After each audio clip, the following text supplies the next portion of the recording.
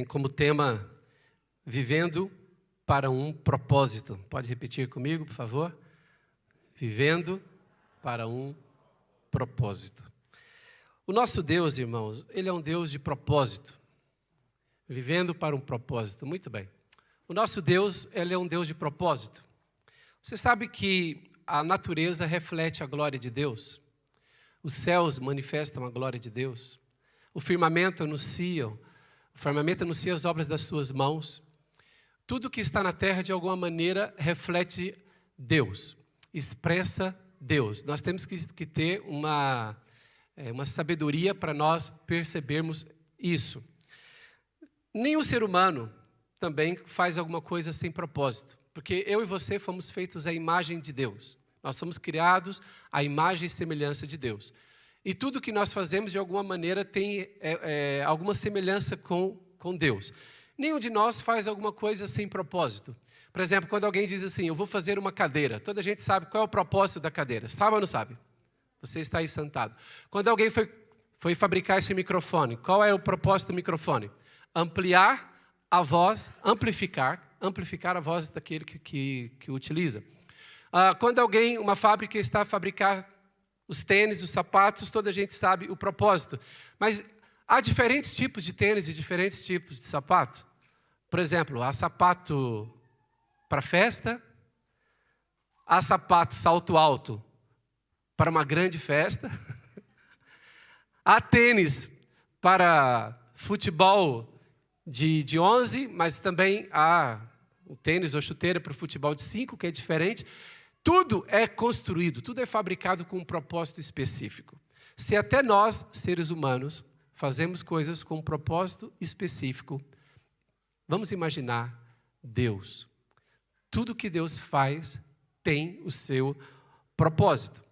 E nenhum de nós deveria passar por esta vida sem entender isso. Que todos nós passamos aqui por esta vida com um propósito. As pessoas que têm crise existencial, o próprio nome, né, crise existencial, é porque elas estão confusas sobre a sua existência. Por que eu vim a esse mundo? Que sentido faz a minha vida aqui neste mundo? Quando o mundo enfrenta uma situação como essa que estamos a enfrentar agora, da pandemia, mais questões ainda se levantam sobre isso. Mas sabem, nós nascemos com um propósito e nós vivermos com um propósito é algo importantíssimo para nós estarmos seguros da nossa caminhada nessa terra. Porque eu fico a pensar assim, cada pessoa tem que descobrir e tem que encarar a vida com alguma motivação, com algum propósito.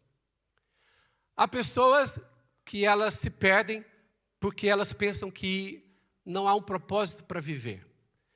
Mas, ao estudarmos a Bíblia, nós compreendemos que Deus, Ele interfere na sociedade humana e Deus dá dons aos homens, Deus dá talentos aos homens, porque Deus quer realizar determinados propósitos. Seria muito simplista alguém perguntar assim, pastor, você pode me ajudar para que eu possa descobrir o propósito da minha vida em 5 passos ou em 5 minutos? Isso seria muito simplista, porque isso não é bem assim. Sabe, descobrir um propósito para o qual nós vamos viver, nós vamos gastar os nossos dias nessa terra, é algo importantíssimo, mas dificilmente alguém conhecerá o seu propósito do dia para a noite. Dificilmente alguém descobrirá o seu propósito aos 10 anos de idade. Não quer dizer que isso não possa acontecer, mas é raro. Muitas pessoas só vão descobrir o seu propósito aos 20, outras aos 30, outras infelizmente passam por essa terra sem saberem por que vieram. Sabem, é muito complicado uma pessoa viver sem propósito. Eu penso que deve ser muito difícil ser ateu. eu ouvi um ateu a falar algo que pelo menos ele foi sincero. Ele é uma pessoa pública no Brasil e ele assumiu-se mesmo como ateu. Mas ele foi sincero. Ele disse o seguinte: eu tentei acreditar em alguma coisa, mas não consegui. Eu não consegui alcançar a fé. E ele disse: eu procurei, eu tentei e não consegui. E ele disse assim: por isso eu não creio, por isso eu sou um ateu. Mas ele disse assim às pessoas que têm fé. Ele disse: eu admiro vocês que têm fé, porque eu não consigo ter. Mas por que eu admiro? Porque a fé de vocês é muito mais útil do que o meu ateísmo. Ele disse o seguinte: se uma mãe perder um filho, em nada o meu ateísmo vai poder ajudar aquela mãe. O máximo que eu vou poder dizer àquela mãe é: você nunca mais vai ver seu filho. O máximo que eu vou poder dizer àquela mãe é: Deus não existe, vida eterna não existe, você nunca mais vai ver o seu filho, depois você vai morrer e você vai deixar de existir para sempre. É muito duro, o ser humano não aceita isso. Eu não vou deixar de existir para sempre. Isso é muito pesado para nós, seres humanos. E isso tem um porquê. Porque Deus nos criou com a eternidade no coração. Quando Deus criou o homem, Ele colocou a eternidade no coração do homem. O homem nunca vai saber lidar com a morte. Por mais que o homem se esforce, tente, o homem jamais saberá lidar com a morte. A morte é muito pesada, é muito dura para nós, porque nós não fomos criados para ela. A morte, ela surgiu por causa de decisões que o homem tomou. Então ela não faz parte do plano de Deus para nós. Ela não faz parte do propósito de Deus para nós. Mas nós vamos ter que aprender a lidar com ela, reconhecendo que nunca vamos lidar 100%. Vamos tentar lidar. Mas alguém diz assim: mas eu creio que em Jesus Cristo nós temos a salvação. Mas ainda assim, ninguém gosta de perder nenhum ente querido, nenhum familiar, nenhum amigo próximo. Ninguém gosta. Por mais que a pessoa fale assim: essa semana tivemos uma notícia muito triste. Um pastor muito amigo nosso, amigo do coração, que inclusive ele tinha combinado de dar para nós a conferência dos homens em outubro. Não sei se ele ainda vai continuar.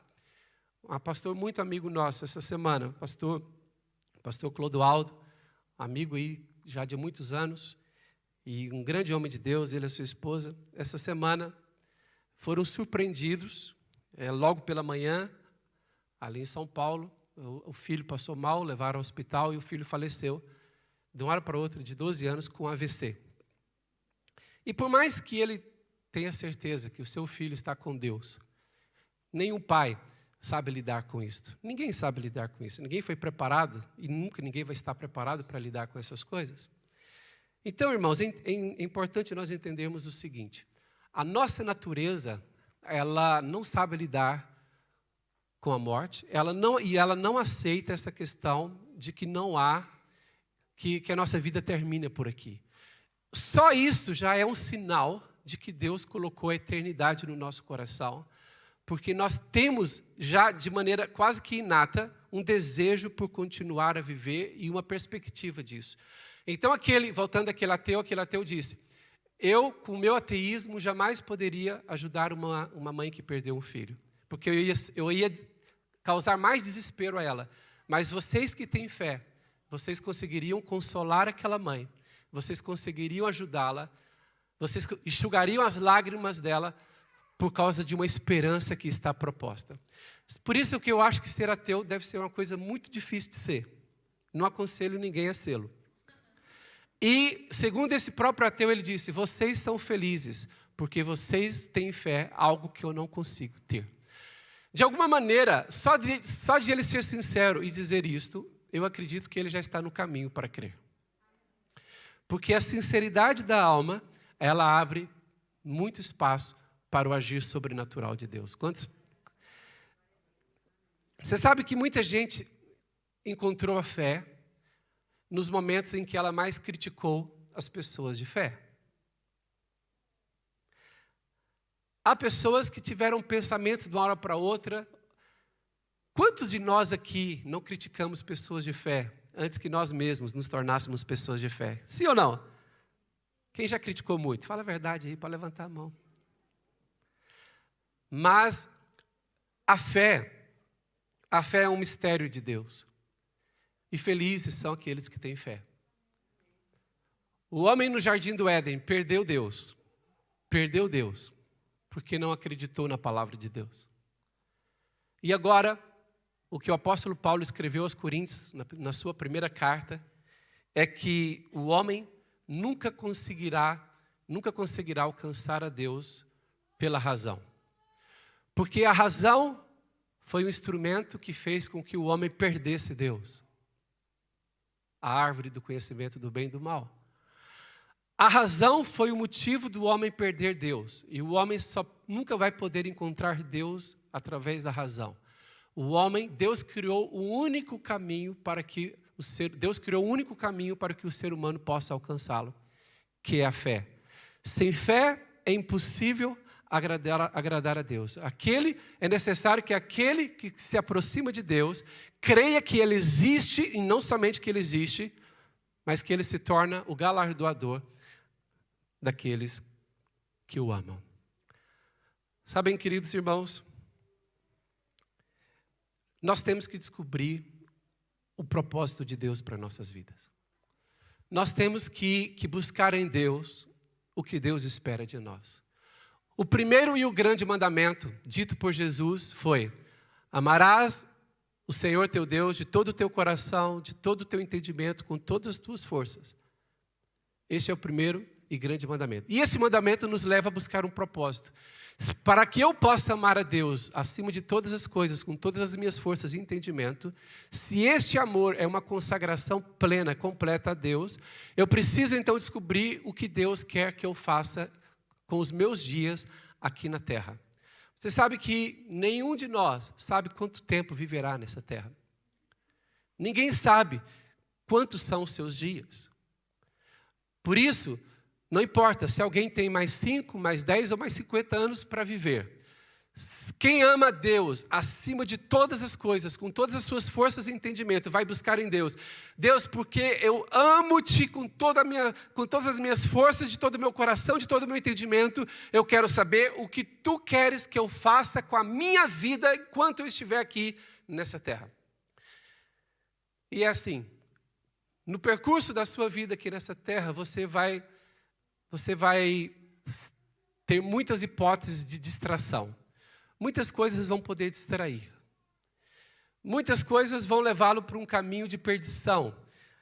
E a palavra de Deus diz que o caminho de perdição, a porta de perdição, ela é larga, o caminho é largo, a porta é larga. Por quê?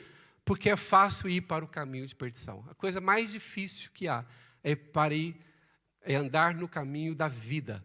O caminho da vida, a porta é estreita, o caminho é estreito. Assim como numa escola, um aluno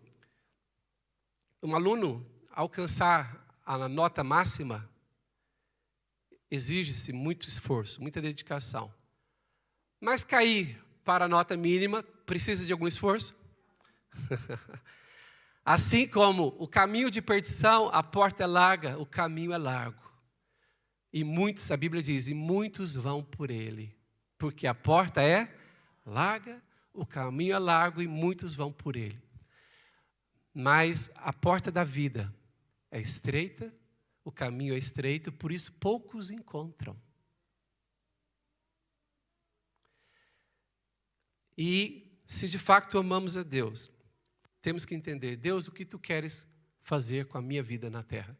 Não importa se você hoje é um adolescente que está aqui a me ouvir, uma criança, um adolescente, não importa se você já é uma pessoa já com idade mais avançada. Em qualquer momento da sua vida, você pode se voltar para Deus e dizer: Deus, o que tu queres que eu faça com os anos de vida que aqui me restam? E é interessante que a Bíblia mostra que o tempo e a nossa obediência ao querer de Deus, à vontade de Deus nesta vida, é que vai determinar muitas coisas que vão nos acontecer na eternidade. A Bíblia não entra em muitos detalhes sobre a eternidade. Eu penso que há um motivo para isso. Imagina se nós soubéssemos tudo o que vai se passar na eternidade. A Bíblia não entra em muitos detalhes, mas a Bíblia entra num detalhe. Tudo que nós vamos viver e desfrutar na eternidade está relacionado à maneira que vivemos aqui na Terra. Não há como desvincular o nosso proceder, as nossas escolhas, as nossas vidas aqui na Terra com o que vai acontecer no depois. Mas é óbvio que nós somos muito mais tentados a dar importância à nossa vida aqui terrena.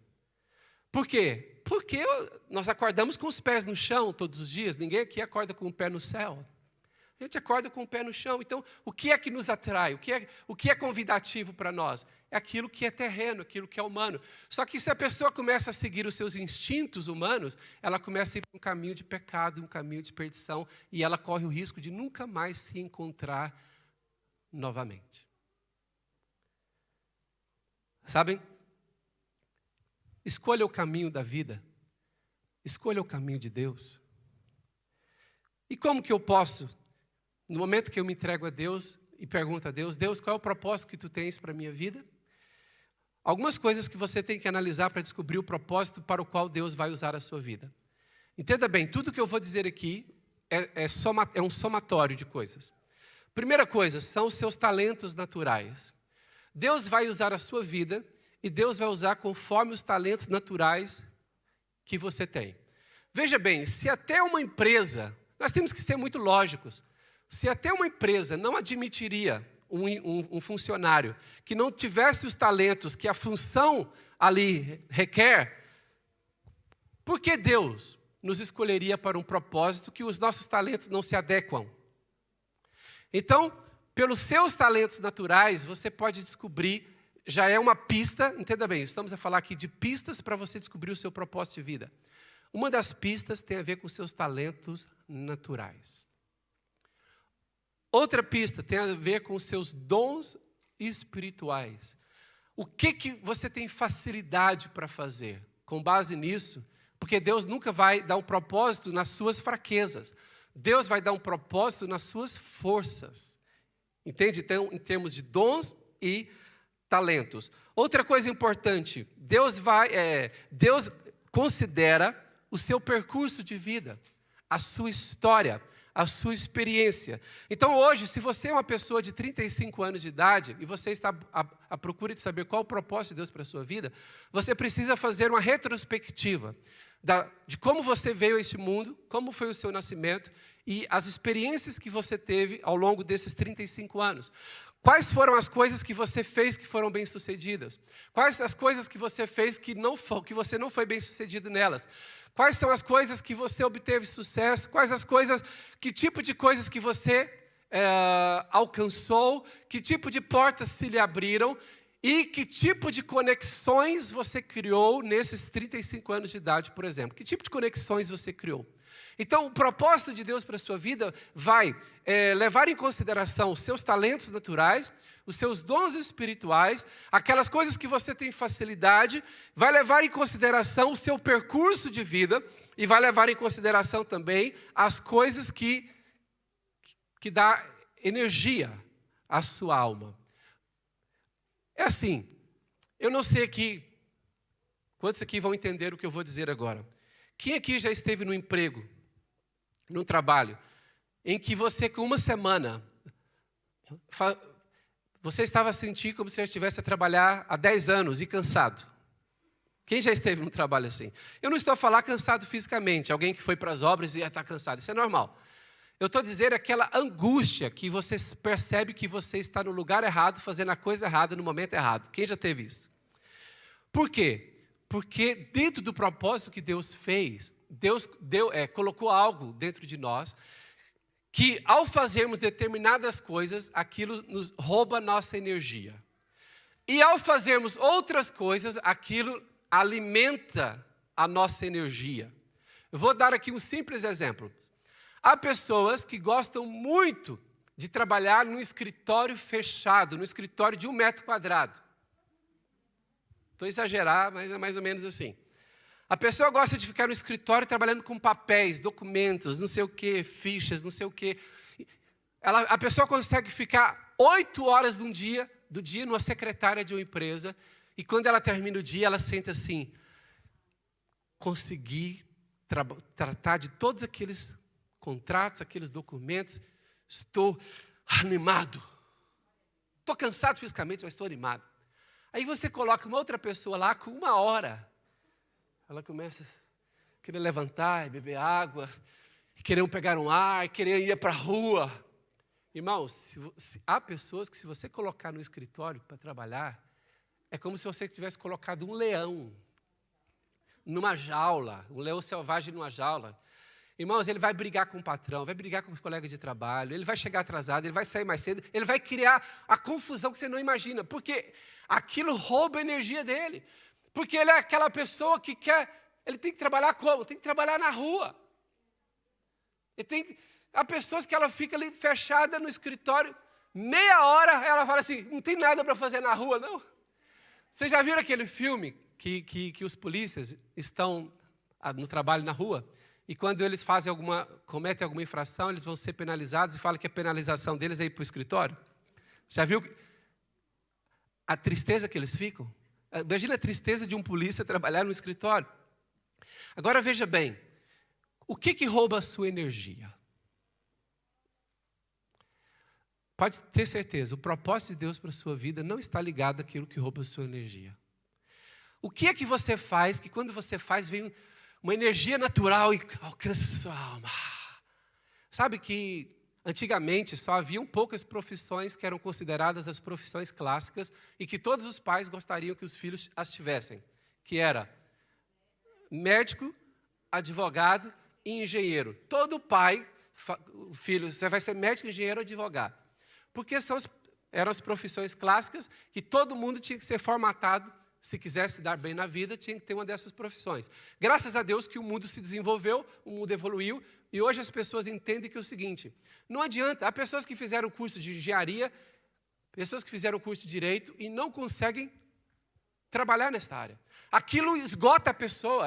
Eu conheço, nós temos alguém na nossa igreja que fez um curso de direito e não consegue nem abrir um livro de direito para ler. Mas ele terminou a licenciatura. Mas aquilo não tem nada a ver com ele. Sabem, antigamente a pessoa forçava, porque era a única coisa que dava sustento, dava dinheiro. Nos dias de hoje, não. Nos dias de hoje, a pessoa pode ser artista.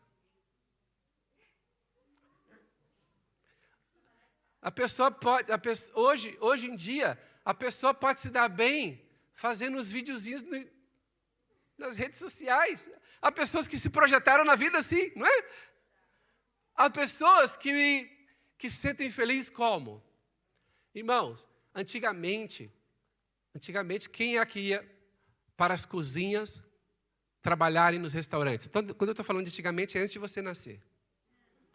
Antigamente só iam mulheres. Quando os homens começaram a trabalhar em cozinha, o cara não tem vergonha na cara, vai ser cozinheiro. Hoje, depois que aquela profissão de chefe começou a ser respeitada, reconhecida. Hoje, um homem levanta a cabeça e fala assim, eu sou chefe de cozinha. E todo mundo respeita. E já há chefes de cozinhas que são o quê? Famosos e ricos. Irmãos, hoje em dia, o que nós entendemos disso? Que quando você faz o que você ama, você não precisa trabalhar nem um dia da sua vida. É verdade ou não é? Quem disse isso foi Steve Jobs. Quando você faz o que você ama, você não vai precisar de trabalhar nenhum dia da sua vida. Mas como assim não trabalhar? Porque se você faz o que ama, segunda-feira, você vai acordar com ânimo para fazer aquilo. Mas eu sei, irmãos, que isso aqui não é tão florido assim, né? Imagina só, um jogador de futebol profissional, ele ama o que faz. Ama ou não ama? Gosta ou não gosta?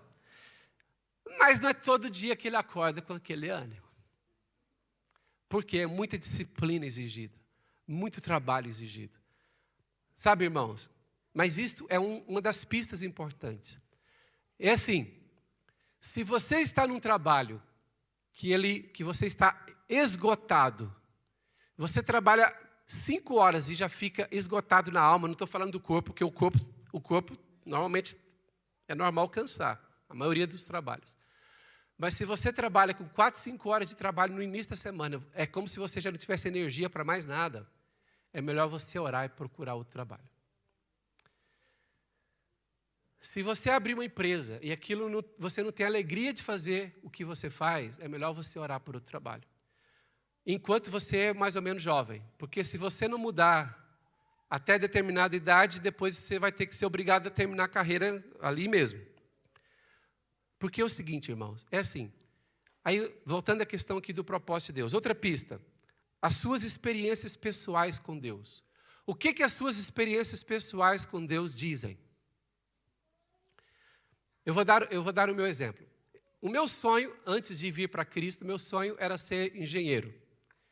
E eu estava a trabalhar, me esforçar para esse propósito. Só que com as minhas experiências em Deus, enquanto eu orava, enquanto eu servia na igreja, eu percebi que Deus tinha um propósito diferente para mim. Eu tive que abrir mão. Só para os irmãos entenderem, era algo que me cativava muito. Eu sonhava muito com aquilo. Eu imaginava muito aquilo. Mas com as minhas experiências com Deus, eu comecei a perceber que Deus tinha outro caminho para mim. E isso foi um processo, até eu me desvincular de um sonho, de um projeto, para um outro que eu sentia que era aquilo que era de Deus para mim. E é importante nós entendermos o seguinte, irmãos, Deus não quer que toda a gente seja missionário e toda a gente seja pastor. Tem gente que pensa assim, Deus quer que todo mundo seja missionário. Irmão, se todo mundo for missionário, está a ver que não bate? Não tem muita lógica nisso? Ah, Deus quer que todo mundo seja pastor. Não é por aí. Olha, Deus escolhe algumas pessoas para serem missionários. Deus escolhe algumas pessoas para estarem no ministério como um propósito de vida principal e maior. Mas é o seguinte, Deus também escolhe pessoas para serem empresários. Sim ou não? Porque aquela pessoa, o propósito dela como empresário vai abençoar, vai dar emprego para outras pessoas. Ou seja, ajudar o desenvolvimento da sociedade. O que mais? Vai até abençoar as missões do Evangelho. Sim ou não? Olha, não importa a sua profissão. Pastor, a minha profissão é uma profissão simples. Ah, eu sou esteticista. Olha, você tem um propósito maravilhoso. Todo marido gosta de mulher bonita. Sim ou não? Então você fala assim, a minha profissão é importante. Eu estou salvando casamentos na igreja. Ah, mas eu sou cabeleireira. Pode ter um propósito de Deus nisso. Não quer dizer que você vai ser para sempre. Ah, eu sou o quê? Não importa. Como você tem que fazer o seguinte, você tem que se valorizar o que você faz, amar o que você faz, fazer aquilo que você faz com excelência, com qualidade. Mas se você perceber que aquilo não é algo para você fazer a vida toda, não é para ser a sua carreira, aí você tem que entrar em outros cursos e outras formações para que nos próximos anos você consiga inverter, mudar de profissão, porque você percebe que aquela não é a sua carreira, algo que você quer ir até o final da sua vida com. É interessante que Deus vai usar pessoas como médicos. Irmãos, nesta pandemia, graças a Deus pelos médicos e enfermeiros, sim ou não? Pelos profissionais gerais, profissionais de saúde, sim ou não? Pelos farmacêuticos, amém? Ou seja, olha aqui, algumas pessoas pensam assim, ah não, para ser útil no propósito de Deus, tem que ser pastor ou missionário. Não, irmãos, olha aqui, quantos pastores e missionários e filhos de Deus precisam do apoio dos profissionais de saúde, sim ou não? Isso é um dom de Deus ou não é? É algo que Deus usa ou não é? E a engenharia, e a arquitetura, que coisa maravilhosa, você, olha, poder entrar numa casa e saber que o teto não vai cair. Porque tem ali engenharia naquilo, tem... Quão bom é você chegar no consultório dentário e aquela dor horrível. E o dentista ali, o médico ali, o odontólogo ali, meia hora resolve o seu problema e você fala assim, milagre. Porque tirou a dor. Então, assim, cada pessoa tem que valorizar a importância do seu trabalho. Irmãos, quando eu vou fazer alguma viagem de avião, eu fico lá naquela fila para entrar no avião, eu fico pensando, Será que o cara que fez a manutenção fez bem? Será que o combustível está ok? Será que toda a logística? Será que analisaram tudo a temperatura? Será que os, como é que fala, os controladores de voo, será que ele está atento com o reflexo, com tudo? Irmãos, por quê? Porque é o seguinte, a nossa vida é preciosa, não é? Mas já viu que a nossa vida está nas mãos dos outros? Você entra numa aeronave, ali você vai viajar, você imaginar que sua vida está na mão de 2 homens, que pode ter brigado com a esposa na noite anterior e bebido umas. Aí você fala assim, ô Senhor, eu quero mostrar para os irmãos aqui, toda profissão é digna. Toda profissão é digna. Agora é o seguinte, Deus vai dar graça e alegria para cada um viver e cumprir a sua profissão da sua melhor maneira. Então é o seguinte, quando você descobre o seu propósito, você tem que viver para esse propósito. Agora, o propósito, ele não é solto, avulso, ele está ligado a outras condições. Eu vou dar um exemplo aqui. Há condições para o nosso propósito. Eu vou falar disso aqui no outro ponto. Esse primeiro ponto que eu estou falando, pode colocar, esse primeiro ponto que até agora eu estou falando sempre todo dele, é vive para cumprir o seu propósito. Pode repetir comigo? Vive para cumprir o seu propósito. Mas dentro deste ponto ainda, a Bíblia mostra que mesmo não sendo todas as pessoas chamadas para serem pastores ou missionários, todos os filhos de Deus têm uma missão da parte de Deus na terra. Que isso fique claro. Eu vou repetir porque é importante que fique claro. Mesmo Deus não chamando todas as pessoas para serem pastores ou missionários a tempo integral ou vivendo para isto, Deus tem uma missão para 100% dos cristãos, dos crentes. Diga-se comigo, Deus tem uma missão para 100% dos crentes. E cada pessoa tem que descobrir a sua missão em Deus. Alguém pode dizer assim, mas eu sou barbeiro. Sim, isso é a sua profissão natural, que é aquilo que dá o sustento da sua casa.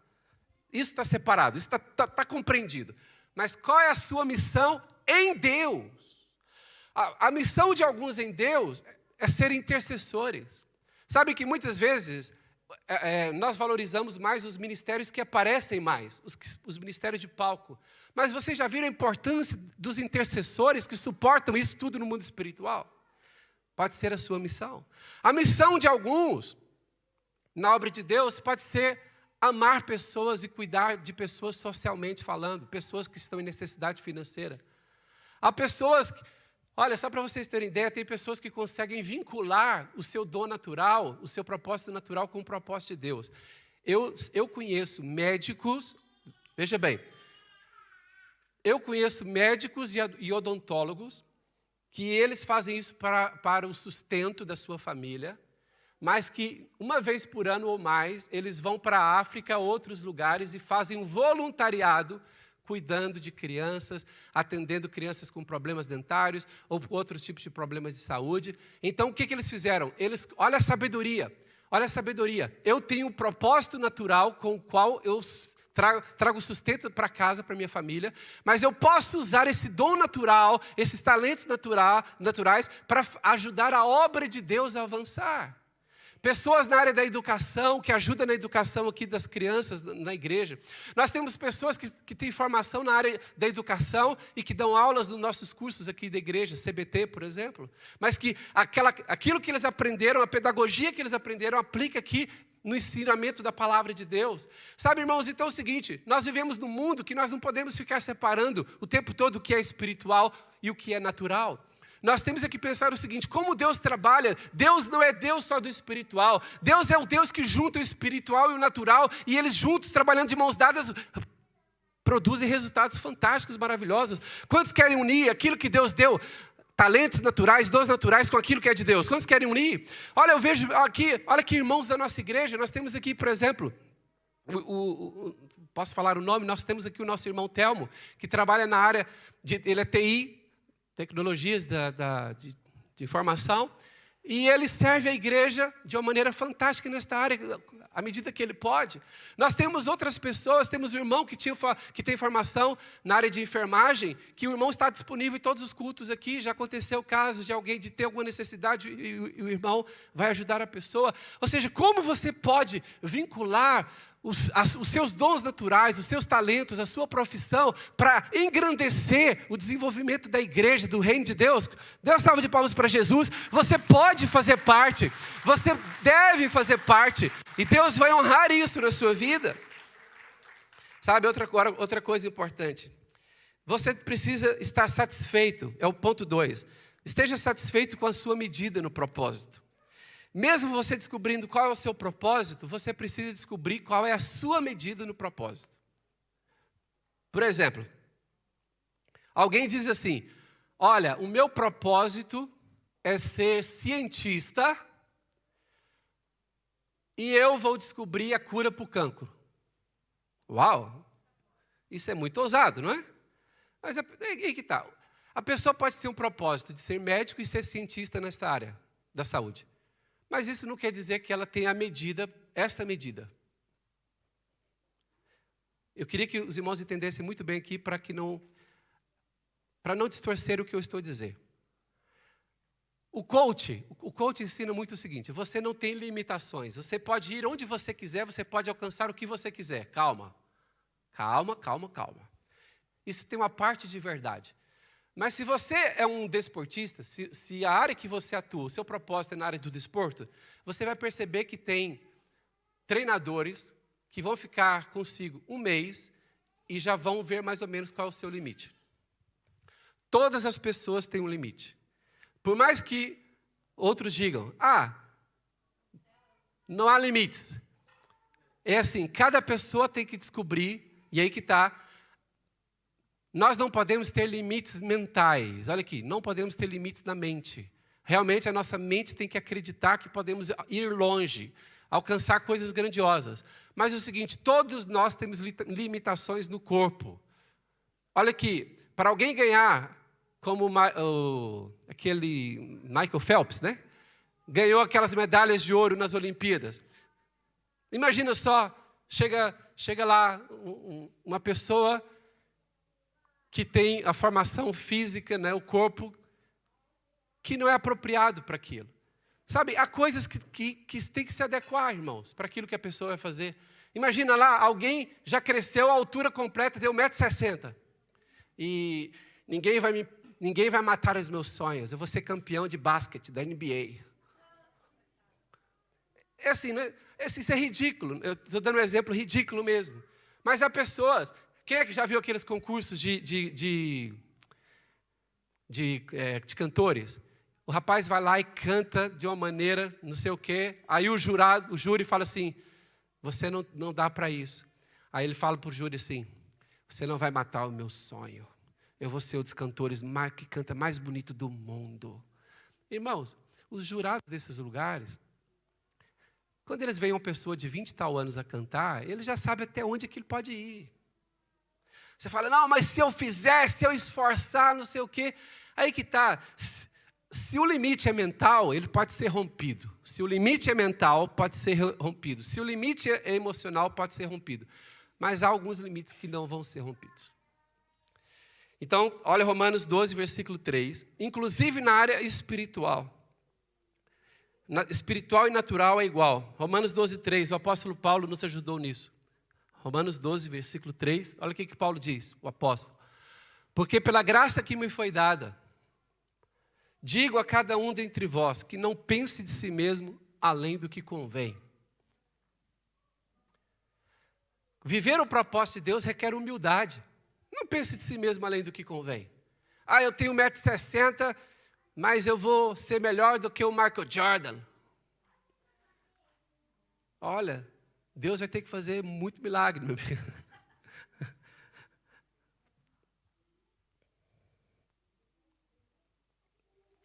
Antes, pense com moderação, segundo a medida de fé que Deus repartiu a cada um. Há uma medida até de fé.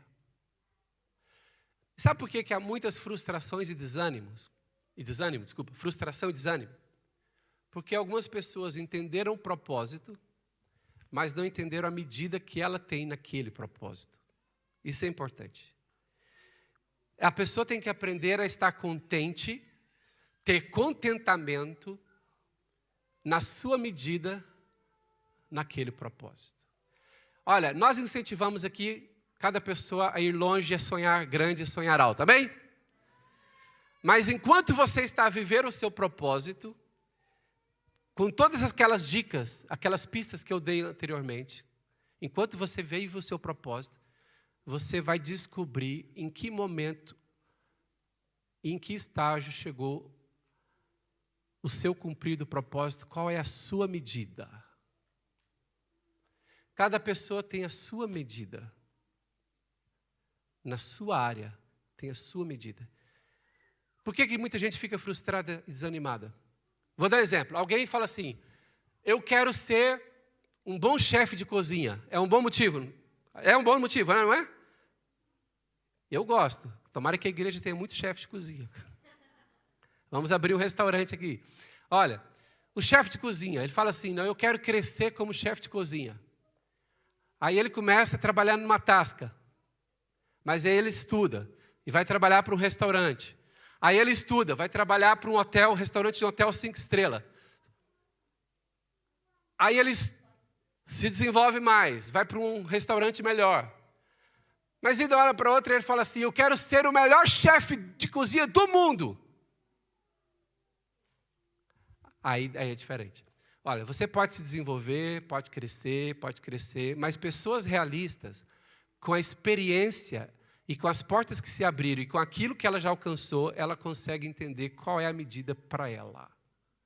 Ah, não, pastor, mas a gente tem que sonhar alto. Eu não estou dizendo para não sonhar, sonhos, pode sonhar alto e tudo.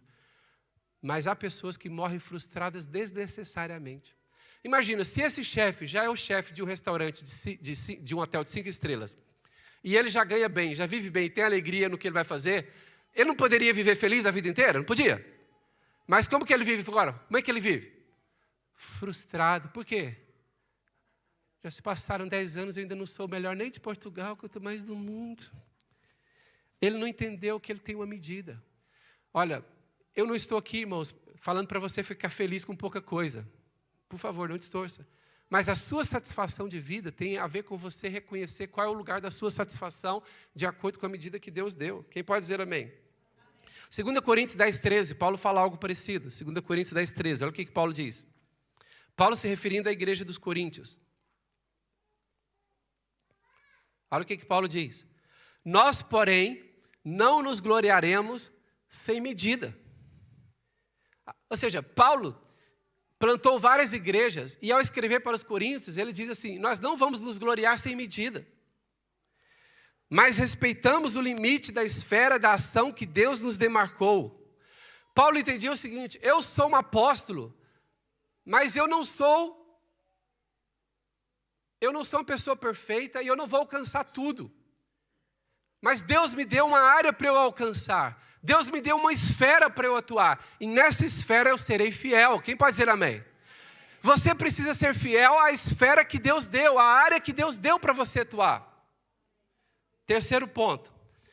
Não fique detido pelos acontecimentos inesperados. Terceiro ponto. Isso é muito importante.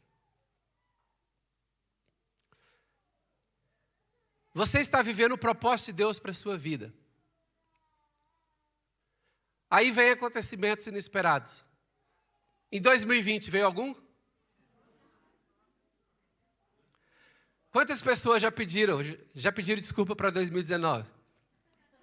Sabe que algumas pessoas no final de 2019 falam assim, 2019, nunca mais quero ouvir falar de ti. Não gosto de ti, 2019. Tem gente que já pediu desculpa 2019, pode voltar. És bem-vindo. Sabem, muita gente estava num propósito. Olha aqui, eu ouvi um caso de um rapaz que pegou emprestado aqui em Portugal mais de 200 mil euros, juntou com o dinheiro que ele tinha para abrir um restaurante. Ele abriu o restaurante quando?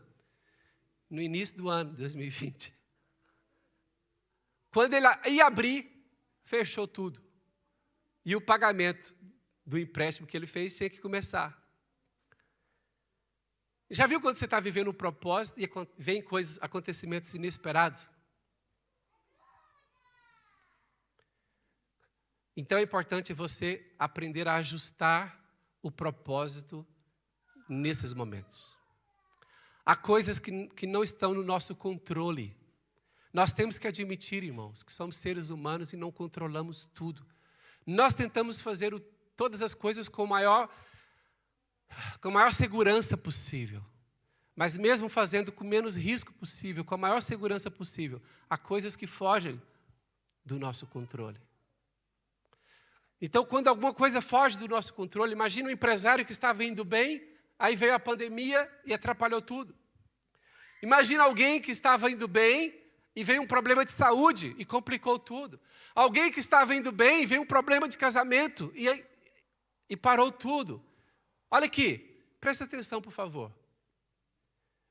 A sabedoria aqui está em você saber quando algo interrompe o seu propósito ou atrapalha o seu propósito, como que você não vai ficar detido pelos acontecimentos inesperados? Você vai ter que ter a sabedoria de fazer uma releitura de tudo o que está acontecendo. Por favor, isso aqui é importante, presta atenção. Você precisa fazer uma releitura de tudo o que está a se passar e ajustar, fazer ajustes de rota. Você fala, pastor, mas eu vou abandonar o meu projeto? Eu vou abandonar o propósito que eu já estou a trabalhar por ele há anos? Não precisa desistir. Não seja detido pelos acontecimentos, mas é necessário se adaptar. E essa situação que o mundo está enfrentando da pandemia está a nos forçar a nos tornarmos pessoas o mais maleáveis possível, o mais flexíveis possível, em todas as áreas. Nós temos que ser maleáveis, flexíveis, temos que nos adaptar à situação, temos que nos adaptar ao novo normal, temos que fazer ajustes de rota nos nossos planeamentos. Sabem? As pessoas que têm a biografia mais linda. Quem aqui já leu biografia? É bom ler biografia, não é? As pessoas que têm a biografia mais linda.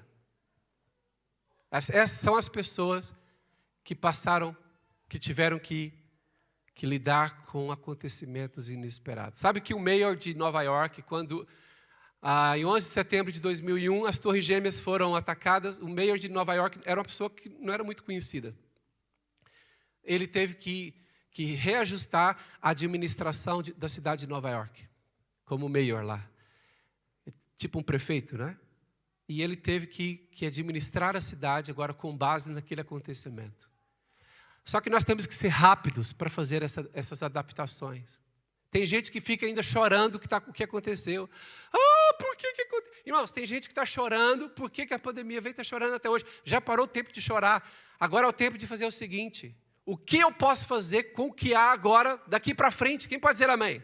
Como você pode fazer no plano natural, no plano espiritual, como você pode avançar? Olha, quem aqui esposa, gostaria de ganhar do marido um diamante?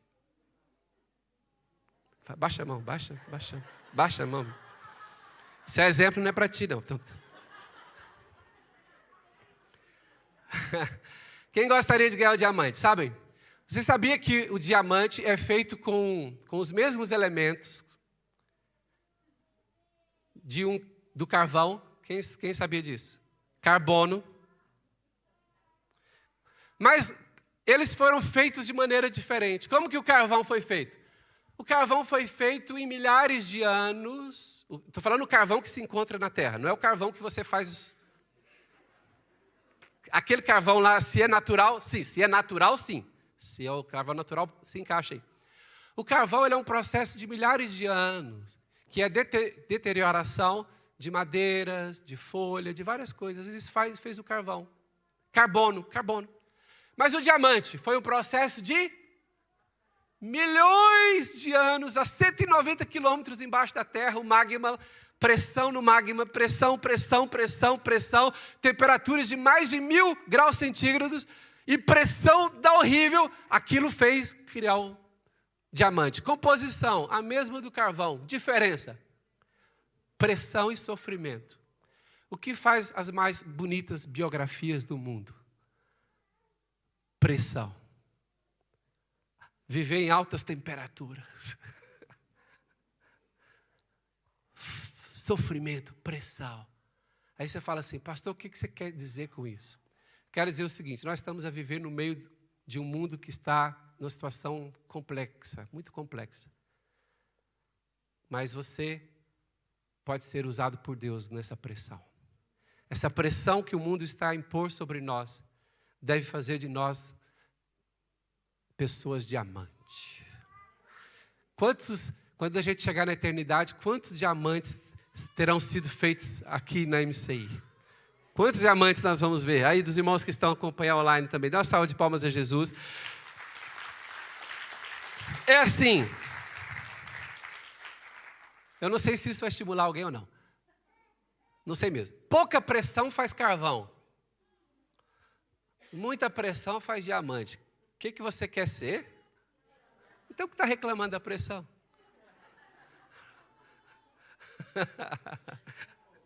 Só um pouquinho. Quarto ponto, quarto e último, Efésios 1:3.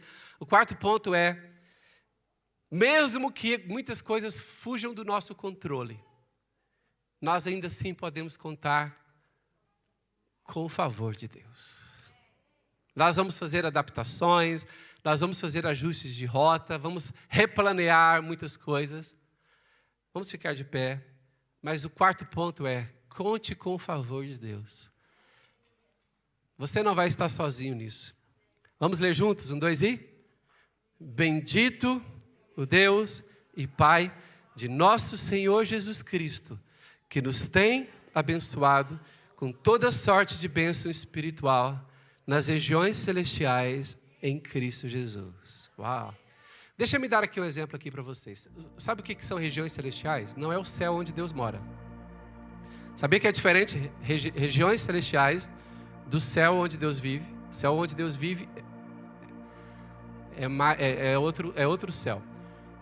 Só para vocês terem uma ideia. Olha, quem está aqui embaixo, olha ali para a galeria, por favor. Quem está aqui embaixo, olha para a galeria. A galeria é como se fossem as regiões celestiais. Aqui é a terra, lá são as regiões celestiais e o céu de Deus está lá acima. Então as nossas bênçãos estão lá. Ó. Olha aqui. Bendito, agora vamos ler. Bendito Deus e Pai de nosso Senhor Jesus Cristo, que tem nos abençoado com toda sorte de bênçãos espirituais, aonde? Nas regiões celestiais. O que nós temos que fazer para trazer as bênçãos para cá? Temos que orar, ter fé, e alguém tem que descer a escada lá e vir para cá. Amém? Então nós podemos contar sim com o favor de Deus. Muitas coisas vão fugir ao nosso controle. Mas o melhor de tudo é que nós podemos confiar no Deus que é fiel. Podemos contar com a bênção de Deus nas nossas vidas. Podemos esperar o sobrenatural, a ação sobrenatural de Deus. Amém? Feche seus olhos.